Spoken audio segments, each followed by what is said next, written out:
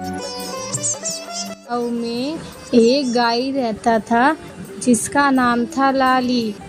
लाली गाय अपने पति बैल मुंडा के साथ एक लालची मालिक के यहाँ रहती थी। रामू बहुत ही लालची किस्म का आदमी था। वह जानवर तो रखता था लेकिन उनका देखभाल बिल्कुल नहीं करता था।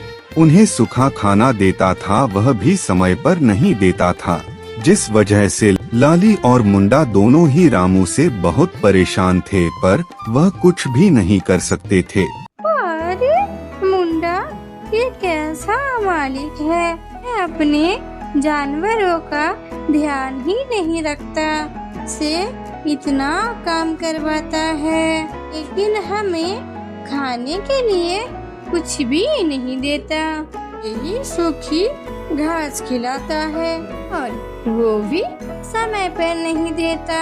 अरे कह तो तुम सही रही हो लाली, लेकिन अब हम क्या कर सकते हैं, ऐसे भी है।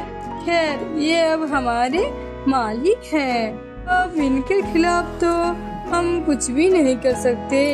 जैसे भी ये हमें खाने के लिए देता है, हमें वैसे ही खाना होगा। लाली और मुंडा दोनों ही रामू से बहुत परेशान थे, पर वह कुछ भी नहीं कर सकते थे। कुछ समय बाद लाली गर्भवती हो जाती है। रामू को यह बात पता चलती है तो वह बहुत खुश होता है कि कुछ समय लाली अब दूध देने लगेगी। और सुनती हो, कहा हो, एक खुशखबरी देनी है। हमारी गाय लाली गर्भवती ही है। अब हमारे दिन अच्छे हो जाएंगे। कुछ समय बाद लाली अच्छा खासा दूध देने लगेगी, तो बेचकर हम अच्छी कमाई कर लेंगे। जी गर्भवती तो हो गई है, लेकिन अब आप उसके खाने पीने का ध्यान रखिए, से ताज़ा ताज़ा चारा खिलाओ और समय पर खाना पीना दे दिया करो। जी नहीं तो ये दूध नहीं देगी, हमें इसका पूरा ध्यान रखना होगा। और कोई जरूरत नहीं है, जैसा चल रहा है वैसा ही चलने दो। हरा हरा ताज़ा चारा कहाँ से खरीद कर लाऊंगा? अरे इतने पैसे नहीं है मेरे पास, सब ठीक हो जाएगा, ये ऐसे ही दूध दे देगी। लाली और मुंडा दोनों ही रामू की बात सुन रहे थे। लाली कहती है, अरे मुंडा, ये कैसा इंसान है, इसको इतना भी नहीं पता कि एक गर्भवती का कितना ध्यान रखना चाहिए। और इसकी पत्नी इसे इसीलिए समझा रही थी क्योंकि वो एक औरत है, उसे पता है कि गर्भवती होने पर क्या क्या पीड़ा सहन करना पड़ता है, लेकिन ये तो समझने को तैयार ही नहीं है। और कुछ इंसान ऐसा ही होते हैं लाली, मैं जानवरों की तो छोड़ो, इंसानों की भी कदर नहीं होती। गर्भवती का मतलब ही नहीं पता। इसे नहीं पता औरत या फिर जानवर जब गर्भवती होती है तो वो किस पीड़ा से गुजरती है और उसके खाने पीने का कितना ध्यान रखना चाहिए तो नहीं पता, तभी तो शायद आज ये बेऔलाद है। अरे तुम चिंता मत करो, मैं पूरी कोशिश करूँगा। मैं तुम्हारे लिए रोज कुछ न कुछ हरा चारा लाया करूँ।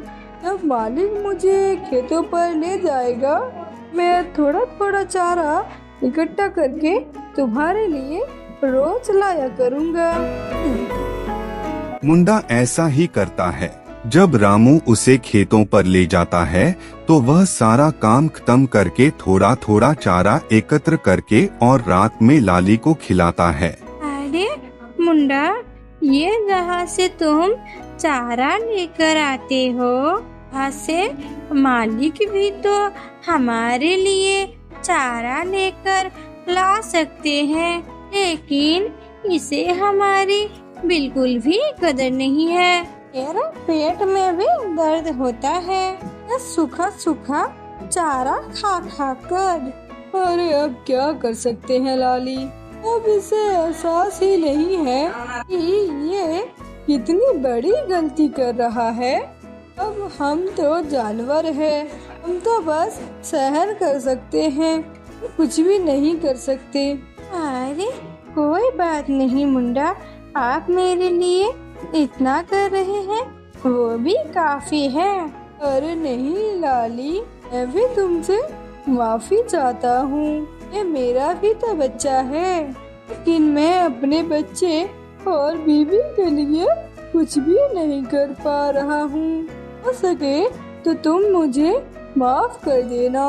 अजी अरे आप चिंता मत करो, सब सही हो जाएगा। हमारा बच्चा सही सलामत इस दुनिया में आ जाएगा। सूखी घास खाने से लाली की तबीयत अब धीरे धीरे खराब होने लगती है। फिर एक दिन मुंडा मलिक के साथ गया हुआ था, तब लाली सोचती है, से अब और ये सूखी घास नहीं खाई जाएगी। काम करती हूँ, आज मैं खुद ही ताजी घास खाने के लिए चली जाती हूँ। मालिक के आने से पहले लौटकर आ जाऊंगी। लाली अकेले जंगल की तरफ चलने लगती है और खाने की तलाश करती है, पर तभी उसे एक भूखा शेर मिल जाता है।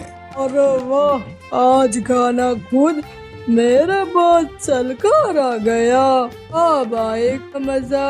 वैसे भी कई दिनों से भूखा हूँ मैं।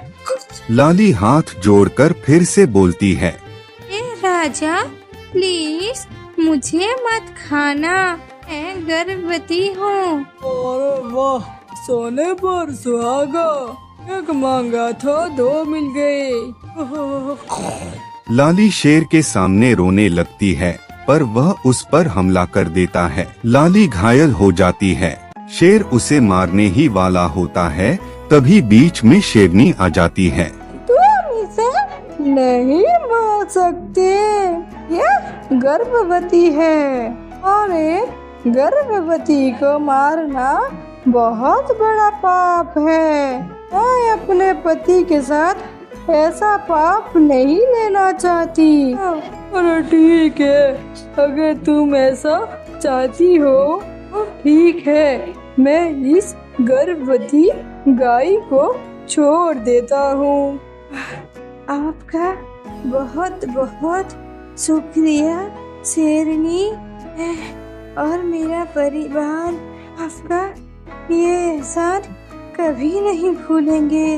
गर्भवती गाय खाने की तलाश में आगे चलने लगती है, पर घायल होने की वजह से वह बेहोश होकर गिर जाती है। तब उसका मालिक रामू और डॉक्टर वहाँ पर आता है। अरे रामू, क्या तुम लाली के खाने पीने का ध्यान नहीं रख रहे हो? इसमें तो बिल्कुल भी ताकत नहीं है।